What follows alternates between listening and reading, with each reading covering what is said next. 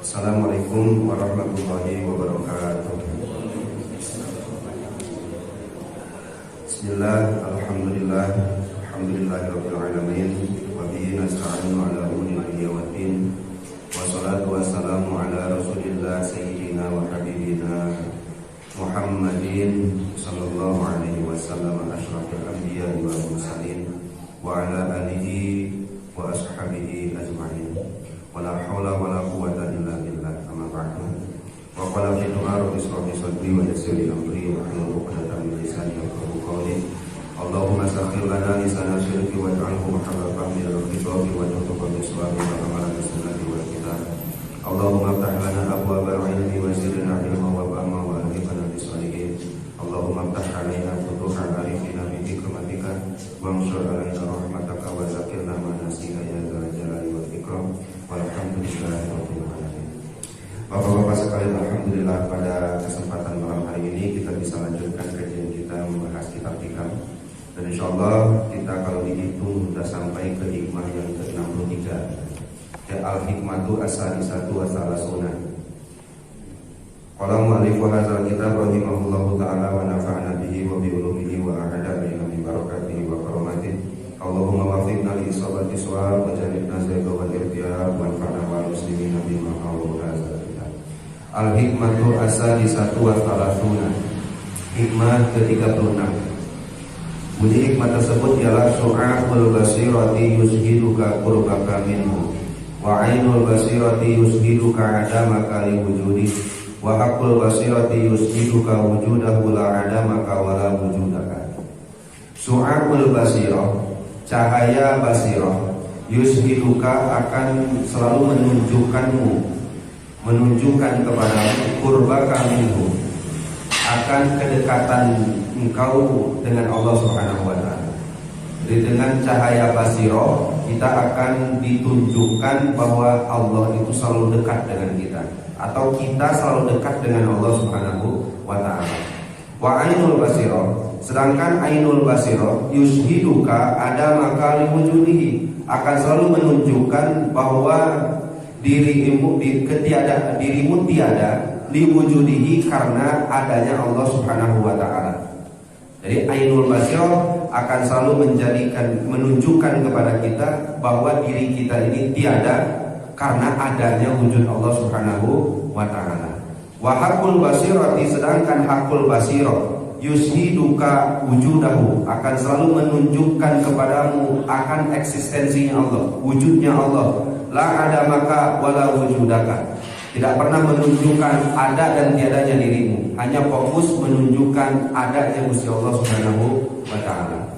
Nah, sehingga ini perlu sangat disalahi oleh kita ya Pak ya. Jadi kita perlu dijelaskan dan melihat beberapa dauhan para ulama tentang basirah ini seperti apa. Perlu kita garis bawahi bahwa basirah itu, ini saya baca dalam kitab Iqadul Himam agar nanti referensinya jelas juga. Al-basiratu nazirul qalbi, basirah itu nazirul qalbi, alat di hati yang fungsinya untuk melihat. Jadi kalau basirah alat penglihatan hati, kalau basor alat penglihatan mahsusan, yaitu kasat mata. Di mata itu kalau dalam ilmu tasawuf terbagi dua. Satu basirah mata hati, yang kedua basor mata yang ada di dohir ini. Dan tujuannya pun dan fungsinya pun kedua ini berbeda. Kalau basirah taro al-ma'aniya al-latifata an-nuraniyah, akan bisa menangkap cahaya-cahaya ketuhanan yang diciptakan di makhluk. Itu ditangkapnya oleh basirah. Sedangkan mata itu tidak sampai melihat cahaya ketuhanan, tetapi hanya dohir-dohir dari setiap makhluknya itu saja. Nah, itu basor namanya. Dari kalau kita lihat summa al-basiratu, basirah ini atau mata hati ini bi'tibari idraki nuril ma'ani, dilihat dari segi dia bisa menangkap atau tidaknya cahaya ketuhanan ini terbagi menjadi 5. Nah, nanti kita posisikan diri kita yang mana. Nah, di dalam hikmah yang ke-36 ini Sayyidina Athaillah As-Sakandari rahimahullahu taala hanya membahas 3, karena ini poin yang poin orang-orang yang sahilun atau sahikun wasilun. Nah, poin-poin yang sudah istimewa lah. Ada 2 yang belum disebutkan oleh Sayyidina Athaillah As-Sakandari. Yang pertama adalah basiroh kismun pasada nadhiruha. Basirohnya sudah rusak, artinya sudah rusak. Basirohnya sudah tidak berfungsi, fa'amiyat, sehingga mengakibatkan basiroh tersebut buta. Yaitu fa'ankor nurul haqi min asli, sehingga dia sudah tidak lagi bisa menangkap cahaya ketuhanan. Bahkan bukan saja tidak menangkap, dia sudah mengelak, mengingkari cahaya ketuhanan. Biasanya basiroh yang seperti ini dimiliki oleh orang-orang yang kafir. Nauzubillah min dzalik. Sudah berapa banyak dalil yang dikemukakan, baik nakli ataupun akli, tetapi basiroh tidak mau menangkap. Sehingga yang terjadi bukannya beriman dan yakin, malah mengingkari nur-nur cahaya-cahaya ilahi yang Allah simpan di makhluk-makhluknya. Makanya Allah Subhanahu wa taala sebutkan dalam Al-Qur'an, fa innaha la ta'mal absar. Yang sesungguhnya tidak melihat itu bukan mata. La ta'mal absar, tidaklah buta mata itu, walakin ta'mal qulub allati fis sudur. Tetapi yang sudah membuta, yang sudah rusak itu adalah yang sudah merusak itu Allah di sudur, yaitu mata yang ada di dalam hati. Nah, sehingga ini sebagai penjelasan dari Allah kenapa orang kafir itu selalu kufur dan tidak mau iman, karena mereka sudah memiliki basiroh yang rusak, sehingga tidak bisa menangkap cahaya-cahaya ketuhanan yang Allah simpan di setiap makhluknya. Adapun yang kedua, yaitu kismun sohana diruha, basirohnya masih sehat, masih segar dan tidak rusak, lakinnaha masdudah, tetapi tertutup. Biasanya tertutupnya basiroh ini dengan apa? Dengan hawa nafsu. Sehingga kan kemarin kita sudah dijelaskan di hikmah yang sebelumnya, aslu kulli ma'siyah wa ghafla wa syahwa ridho an nafsi, anin nafsi. Setiap ketaatan, setiap kemaksiatan, syahwat dan gomplahnya kita, lalainya kita terhadap mengingat Allah, itu pangkalnya cuma satu, yaitu ridho anin nafsi. Kita terlalu ridho terhadap nafsu diri kita sendiri. Artinya kita sudah membiarkan bebas nafsu kita menguasai akal pikiran kita. Nah, biasanya orang-orang yang seperti ini tidak bisa melihat dan menangkap cahaya-cahaya ketuhanan itu, karena basiroh mereka tertutup. Basiroh siapa yang seperti ini? Basiroh ammatul muslimin, biasanya golongan awam dari muslimin. Sehingga kalau di runtutan iman itu kan ada iman taklid, ada iman ilmu, ada iman taklid, ada iman ilmu. Nah, ini masuknya kategori iman taklid. Allah ada kata siapa ya? Kata orang. Sedangkan dia tidak bisa membuktikan, atau mata batinnya tidak bisa melihat bahwa Allah Subhanahu wa taala itu ada dengan mata hatinya. Entah itu melihat ciptaannya, atau melihat sifat Allah, atau bahkan bisa melihat zatnya Allah Subhanahu wa taala yang ada di dalam makhluk yang diciptakan oleh Allah Subhanahu wa taala. Nah, ini kasus untuk yang kedua ini. Tapi insyaallah kita dari yang dua ini enggak ada ya, Pak. Jadi insyaallah kita mah sudah di level-level yang disebutkan oleh Sayyidina Athaillah As-Sakandari ini. Nah, kita tahu bahwa agar bisa selamat itu kan hadisnya jelas, hadis Jibril ya. Hadis Jibril itu menjelaskan 3 hal. Satu, tentang rukun Islam. Yang kedua, rukun iman, dan dipungkas dengan ihsan. Artinya Islam, iman, penyempurnanya itu adalah ihsan. Ihsan itu anta'budallaha ka'annaka taro, fa illam tastati anta'budahu ka'annahu yarok. Yaitu kita beribadah seakan-akan melihat Allah. Kalau belum sampai ke makom itu, ya kita dilihat oleh Allah Subhanahu wa taala. Cara agar bisa sampai ke sana ada 3 martabatnya, ada 3 cara metodenya. Dan ini disebutkan di dalam kitab hikam yang di hikmah ke-36 ini. Satu, metodenya menggunakan su'aul basiro. Su'aul basiro itu adalah cahaya basiro. Yang kedua menggunakan ainul basiro, mata hati basiro. Yang ketiga menggunakan hakul basiro. Tentu kan istilahnya masih samar bagi kita ya Pak ya. Kalau belum dijelaskan ya buyang sekali gitu. Nah, sehingga kita masuk ke bagian yang pertama, yaitu su'aul basiro. Martabat yang pertama ini, orang bisa makrifat kepada Allah, orang bisa usul, bisa ihsan kepada Allah, yaitu pelantarannya basiroh. Basiroh itu apa sih? Selain dari tadi yang disebutkan bahwa basiroh itu nadirul qalbi, alat penglihat hati. Nah, yang pertama ini yang dimaksud al-muradu bil basiroh al-aqlu wal idrak. Untuk yang pertama, tingkatan pertama, basiroh yang digunakan adalah akal. Jadi kan kita sudah diperangkati oleh Allah batin kita ini dengan akal. Yang dengan akal ini kan kita bisa membedakan mana baik, mana buruk. Lalu siapa ini? Yang dengan akal ini kita dengan akal yang salimah, itu kekuatannya hampir sama dengan wahyu. Kekuatannya, tapi akalnya salimah, tapi apa? Akalnya tidak tercampur dengan hawa nafsu dan keinginan-keinginan. Akalnya memang murni, akal sejati. Itu kalau dipangkat-pangkat itu sederajat dengan wahyu. Hanya saja kalau akal bisa membedakan benar dan salah secara tabiatnya, tidak bisa menetapkan benar dan salah. Lagi apa ya? Kalau akal itu hanya bisa membedakan benar dan salah, tidak bisa menetapkan benar dan salah. Nah, yang bisa menetapkan benar dan salah itu yaitu ilmu atau wahyu itu, kalau di syariat kita Al-Quran dan hadis. Nah, sehingga kalau ada orang ingin usul kepada Allah, bisa menggunakan pangkat yang pertama ini, yaitu menggunakan akal yang dibimbing dengan wahyu. Kalau akal saja ya nggak bisa ditetapkan kebenaran.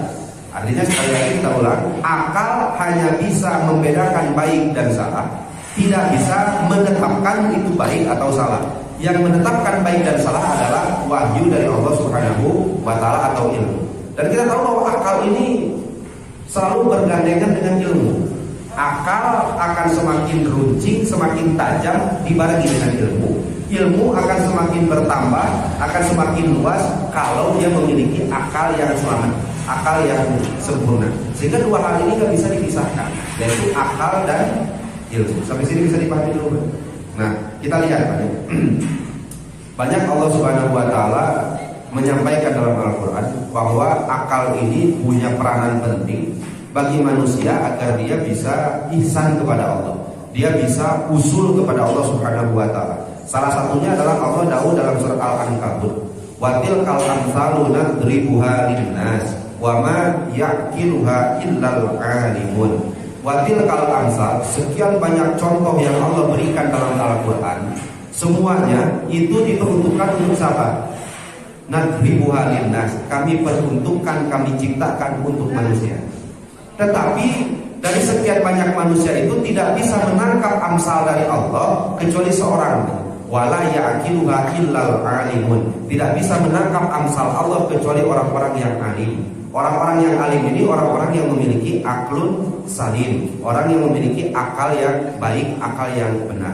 Nah, sehingga fungsi akal memang sudah ditunjukkan oleh Allah Subhanahu wa Ta'ala sangat besar dalam kehidupan kita agar bisa menangkap cahaya-cahaya ketuhanan, sehingga menimbulkan keyakinan di dalam diri kita bahwa kita selalu dekat dengan Allah Subhanahu wa Ta'ala. Nah, tadi kita singgung lagi dari awal bahwa akal ini bisa jadi cara bagi kita untuk merasa diri kita dekat dengan Allah Subhanahu wa Ta'ala. Kenapa? Karena dengan akal kita bisa menangkap atau berfaedah bagi kita dengan memiliki akal yang salimah ini. Ada faedah yang akan kita ambil, yaitu akan bertambah yakin kita dengan wujud Allah Subhanahu wa Ta'ala. Itu hanya menggunakan akal. Makanya kan pernah saya baca kitab perdebatan antara Mu'tazilah sama Ahlussunnah. Perdebatannya gini, kalau ada orang diam di gunung, kemudian tidak diturunkan wahyu, artinya diturunkan wahyu tapi tidak sampai ke mereka, apakah mereka tetap ditaklif hukum syariat atau tidak? Sekali lagi apa ya? Kalau ada orang yang di gunung, dakwah tidak sampai, wahyu tidak sampai, tapi mereka akalnya selamat, apakah mereka tetap ketaklif oleh hukum syariat atau tidak? Artinya apakah mereka masih dikenakan hukum haram, wajib, sunnah, makruh, mubah atau tidak? Maka kata orang Mu'tazilah masih. Artinya kata Mu'tazilah, orang yang sudah dikasih akal saja itu sudah wajib untuk menyembah Allah Subhanahu wa Ta'ala walaupun wahyu gak turun. Kenapa? Karena mereka berpendapat akal itu sudah bisa menangkap siapa sih pencipta alam semesta ini, hanya menggunakan akal saja. Tetapi kata ahli sunnah nggak bisa. Tetap kalau orang itu ditaklid hukum syariat tidak bisa mengandalkan akal saja, harus adanya bulughur risalah wa nubuwah wa dakwah ilaihim. Harus sampai dulu risalah, kerasulan atau dakwah atau nubuah kepada mereka. Artinya akal mereka harus dituntun dengan ilmu, barulah mereka ditaklid oleh hukum syariat. Nah, sehingga hampir-hampir mirip dengan itu, hanya menggunakan akal saja orang itu sudah bisa menemukan keyakinan Allah itu wujud. Lalu siapanya? Karena kan kita kalau dalam kitab-kitab tauhid itu pasti dalil akli digunakan atau tidak? Dalil akli kan digunakan, dalil akli digunakan, dalil nakli sebagai pembimbing akal kita menggunakan juga dalil nakli. Contoh gampangnya seperti ini aja saja. Bahwa Allah Subhanahu wa taala itu wujud. Wa dalilu ala wujudillahi taala, dalilnya apa? Maka tentukan wujudul makhluqat. Adanya makhluk Allah Subhanahu wa taala. Karena nggak akan bisa akal menerima ada makhluk tapi nggak ada yang menciptakan. Lalu siapanya? Nah, kemudian wa qaulul khaliq wallahu taala, sedangkan yang menciptakan itu namanya Allah, itu nunggu wahyu dari Allah. Tapi kan setidaknya akal itu bisa menangkap bahwa ciptaan nggak akan mungkin ada kalau ada yang nggak ada yang menciptakan. Sampai sini bisa dipahami dulu, Pak. Nah, sehingga kalau sudah yakin kita Allah Subhanahu wa taala menciptakan seluruh alam dunia ini, menciptakan makhluk-makhluknya, bahkan Allah sebutkan dalam surat yang lain, inna fi khalqis samawati wal ardi wa ikhtilafil laili wan nahari, bergantinya siang dan malam. Ketika nanti Bapak datang ke laut, kok bisa ada baja, ada besi yang masih ngambang di atas lautan? Pantas-pantasnya kan di atas lautan, namun besi mah harusnya kerem ya, harusnya gitu. Kemudian turun hujan yang tadinya nggak subur menjadi subur, wabasa fiha min kulli dabbah. Kemudian di muka bumi ini ku aneh nak unggal tahun domba sapi dipencita tapi kene angger ayam. Domba bahkan bukan lagi hayam bukan lagi unggal tahun, unggal poe mencit ayam tetap ada. Bahkan yang lebih aneh kan binatang yang mau punah itu malah binatang yang gak halal. Kan pantas-pantasnya secara logika kan dia, binatang yang dilindungi itu harusnya lebih banyak daripada binatang yang gak dilindungi. Oleh hewan kan ayam setiap hari dipencit, tetapi kok populasinya makin banyak tiap harinya. Tetapi kok hewan yang dilindungi, nah itu salah satu tanda-tanda kekuasaan Allah yang dengan akal ini bisa tertangkap.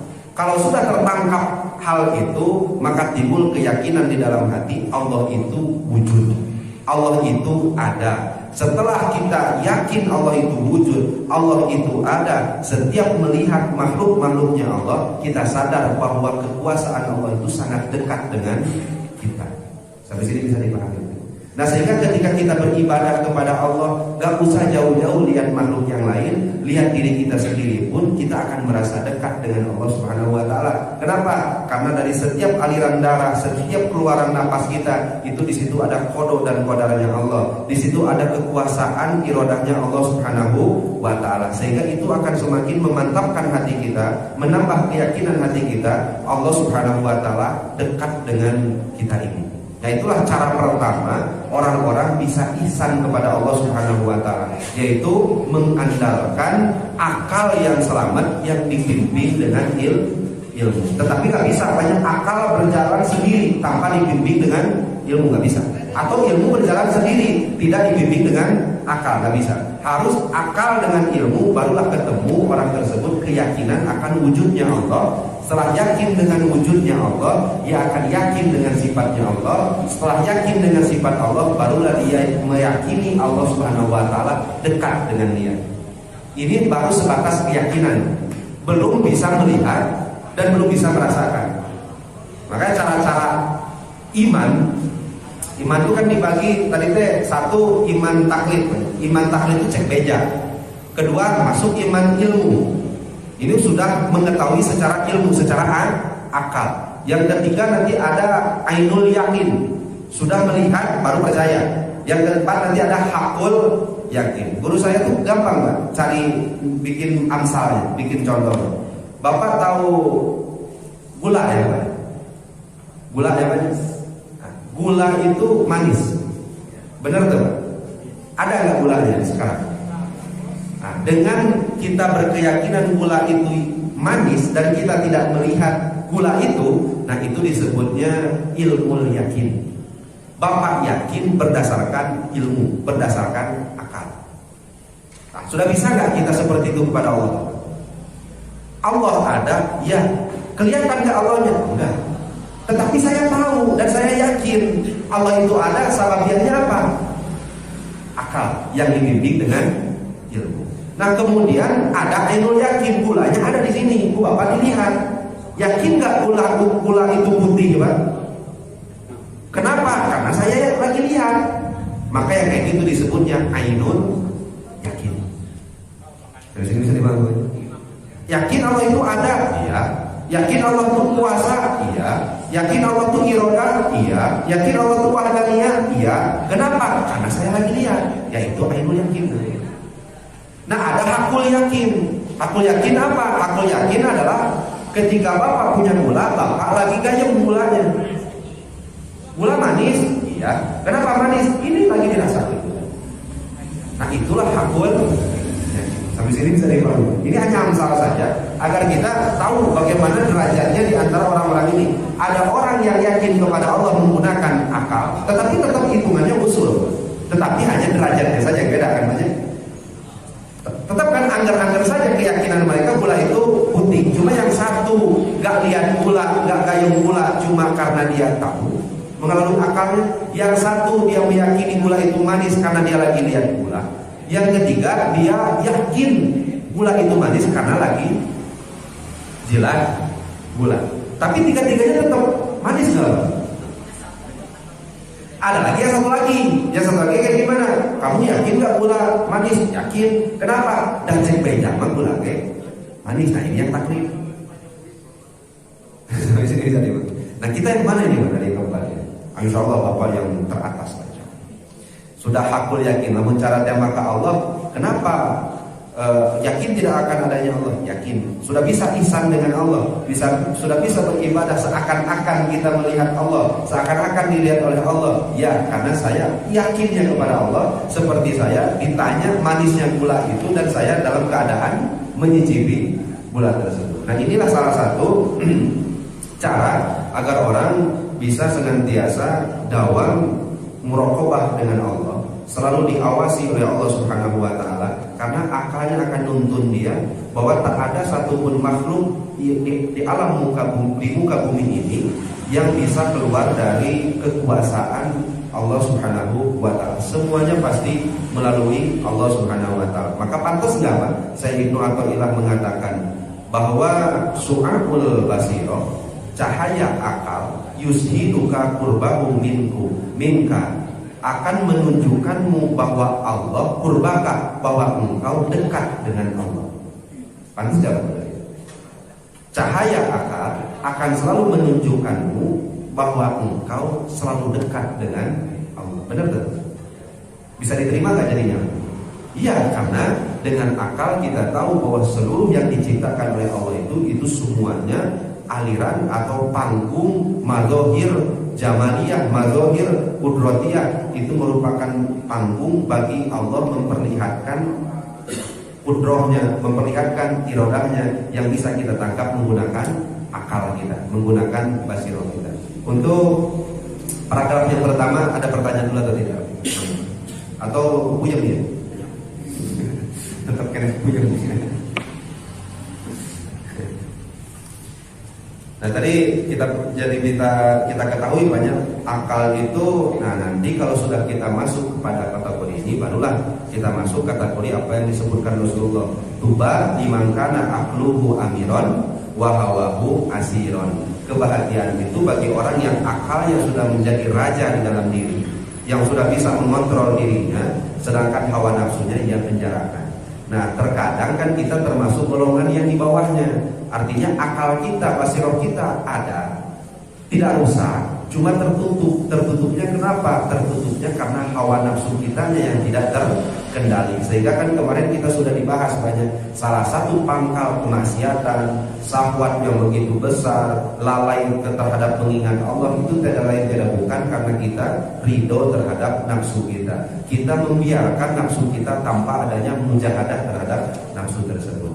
Nah, lawan dari nafsu adalah akal.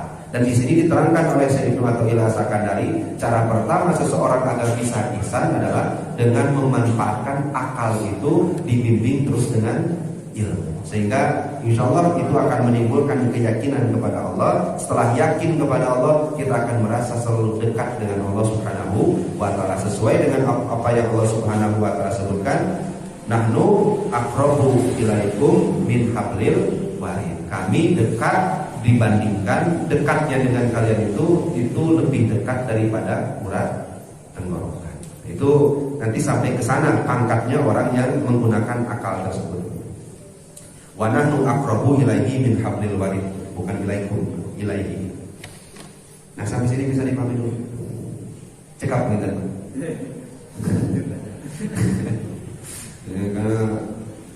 Karena rada-rada puyeng kan, kasihan juga terlalu ini nantinya.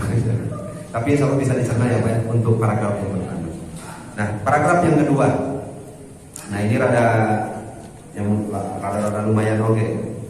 Adapun paragraf yang kedua atau martabat yang kedua tadi adalah ainul basiro. Ainul basiro itu adalah yushiduka adamaka liwujudihi, selalu menunjukkan kepada kita bahwa diri kita itu tidak ada karena ada wujudnya Allah Subhanahu wa ta'ala. Jadi kalau Bapak sudah memakai ainul basiro, setiap yang ada di muka bumi ini sudah tidak terlihat lagi. Artinya bukan nggak terlihat zatnya. Apa yang nggak dimaksud terlihat ini? Nah, nanti insya Allah kita akan bahas. Nah, setelah kira-kira untuk martabat yang pertama bisa nggak diloncat langsung ke martabat kedua? Nah, ini kata Syekh Ramadan Al-Buti nggak bisa. Setiap orang yang mau masuk ke perangkat yang kedua atau martabat yang kedua, pangkat yang kedua, dia harus melalui dulu martabat yang pertama. Artinya dia harus menggunakan makhluk sebagai alat bikin dia yakin terhadap wujudnya Allah. Yaitu makhluk ini dikonversikan oleh akal agar gimana si makhluk ini jadi dalil akan wujudnya Allah Subhanahu wa ta'ala. Itu kan di posisi kita sekarang, Pak. Kita itu bisa ada yakin akan adanya Allah itu kan kita gunakan akal melihat makhluk agar Allah itu jadi ada karena sebab ya dalilnya makhluk Allah ini kan banyak. Nah, setelah kita lewati fase itu masuk fase kedua. Yaitu fase di mana kita ini sudah tidak lagi menggunakan dalil. Setelah kita yakin akan wujudnya Allah, sudah merasa Allah itu selalu dekat dengan kita. Apa yang akan terjadi dalam kehidupan kita? Tentu kita akan mengerjakan perintah Allah. Selain mengerjakan perintah Allah, pasti akan ditambah dengan sunnah-sunnahnya. Ada siapanya? Yang wajib pasti dikerjakan. Yang sunnah sudah ditambah-tambah. Yang tadinya hanya 2 rakaat salat malam sekarang sudah ditambah menjadi 4. Dan itu istiqomah dia lakukan. Bahkan di sini disebutkan juga biwirdin, ditambah dengan wirid-wirid, ditambah dengan zikir-zikir, daimin minal azkaril al-maksuro, yang diambil dari zikir-zikir hadis Nabi yang maksur, yang ada dari Rasulnya. Ditambah sebelum tidur baca anu, bangun tidur baca anu, semuanya sudah ditambah. Bukan lagi dia beribadah yang wajib, tapi sudah ditambah dengan yang sunnah-sunnah. Baca Qur'annya sudah dawam dan lain-lainnya sudah dawam. Mulutnya dia jaga dari hal-hal yang haram, memakan yang haram, bahkan jangankan yang haram, yang subhat pun dia sudah tinggalkan. Nah, kalau seperti ini seperti apa? Tasarobat nafsuhu haqaiqal Islam. Maka yang tadinya dia yakin akan bertambah menjadi ainul yakin. Kenapa? Karena ketika dia melihat makhluk, bukan makhluknya lagi yang terlihat. Kalau tingkatan pertama lihat makhluk, makhluknya ini dijadikan alat agar dijadikan dalil agar Allah itu ada. Terus ya banyak. Tetapi untuk tingkat yang kedua, dia sudah yakin akan adanya Allah, dia sudah mengerjakan apa yang disyariatkan oleh Allah, dia jauhkan dirinya dari yang haram-haram. Maka ketika dia lihat makhluk, yang terlihat bukan makhluknya lagi, tapi sifat Allah yang ada di makhluknya itu. Pernah gak Bapak merasakan dan berada di kondisi ini? Saya yakin pernah, tetapi tidak tahu kita, udah kampung-kampungan kita. Ketika kita lihat makhluk Allah, entah itu ciptaannya mati ataupun hidup, terlihat begitu indahnya. Yang tersirat dalam hati kita apa? Kalau yang terlihat, oh gunung ini ada karena ini gunung ada, ini gak akan mungkin ada kalau gak ada Allah, maka itu martabat yang pertama. Dia jadikan makhluk itu sebagai dalil adanya Allah.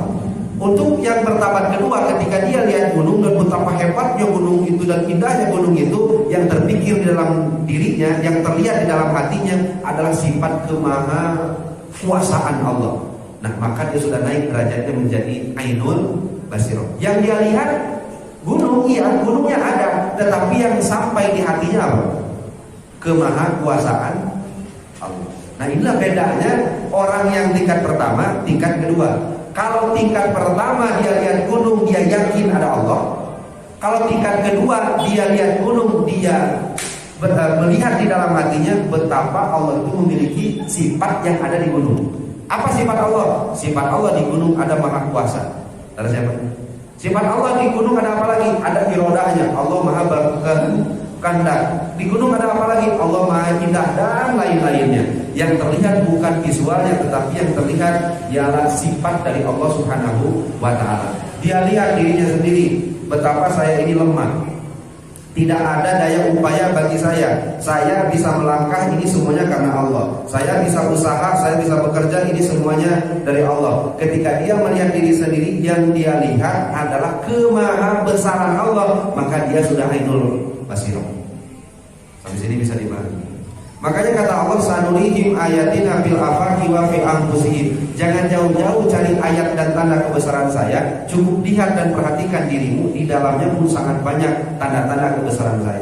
Kalau kita lihat diri kita, yang kepikir, yang datang di hati adalah wujud Allah, berarti su'abul basirah. Kalau yang kita lihat diri kita ini yang muncul bukan diri kitanya, tetapi sifat Allahnya, maka itu kita sudah sampai ke martabat ainul basirah. Sampai sini bisa dibalik. Nah, kalau sudah seperti itu, kita akan sedikit lagi atau bahkan bisa sampai dengan derajat orang-orang yang ihsan. Kalau sudah beribadah, dia seperti melihat atau diperhatikan oleh Allah Subhanahu wa ta'ala. Itu caranya teman. Jadi cara pertama menggunakan akal dan ilmu. Cara kedua yaitu dengan menggunakan ainul basirah, yaitu cara pertama dilakoni, setelah dilakoni ditambah dengan ibadah, jauhi yang haram. Setelah itu barulah muncul nanti ainul basirah. Jadi bukan cara gampangnya begini, Pak.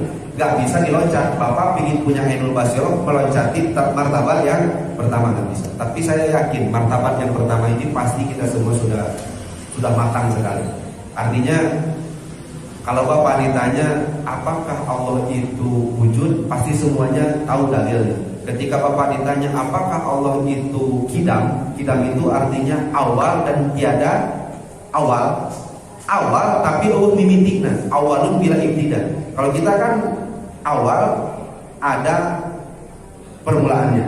Kalau Allah kan awal tapi bila tidak, nggak ada permulaannya. Bisa nggak akal kita menuju ke sana, membuktikan bahwa Allah itu awal tapi tidak ada permulaannya? Bisa. Kenapa? Karena kalau kita hitung gini, Pak, kalau Allah tidak awal, tidak ada permulaannya, berarti kan Allah sama dengan kita. Sekali lagi apa ya? Allah itu wajib kidam, ya. Apa akalnya? Dalil akalnya Allah wajib kidam. Kalau Allah tidak kidam, berarti kan Allah ada awalnya. Kalau ada awalnya, berarti sama dengan makhluknya. Kalau sama dengan makhluknya, berarti Allah makhluk. Kan gampang saja. Sehingga kalau akal ini sudah menemu Allah itu awal, Allah itu mudah kidam, dan kita sudah yakin di sana, ditambah dengan ibadah, nah sedikit lagi kita akan dapat ainul basirah. Maka Sayyidina Abu Bakar pernah ditanya, Sayyidina Abu Bakar, kalau mau melihat Allah caranya kayak gimana? Mau kenal dengan Allah, mengetahui kemahakuasaan Allah, itu caranya seperti apa? Bagaimana saya basirah saya ini bisa melihat Allah Subhanahu wa ta'ala?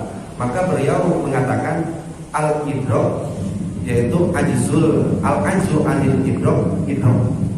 Kalau kamu sudah merasa lemah sudah merasa tidak bisa, payah untuk bisa memahami hakikat Allah, maka disitulah kamu memahami Allah Subhanahu wa Ta'ala. Kalau kamu sudah berusaha supaya mungkin, sekuat tenaga mungkin, sampai pada satu titik kamu jika memang semua bisa memahami Allah.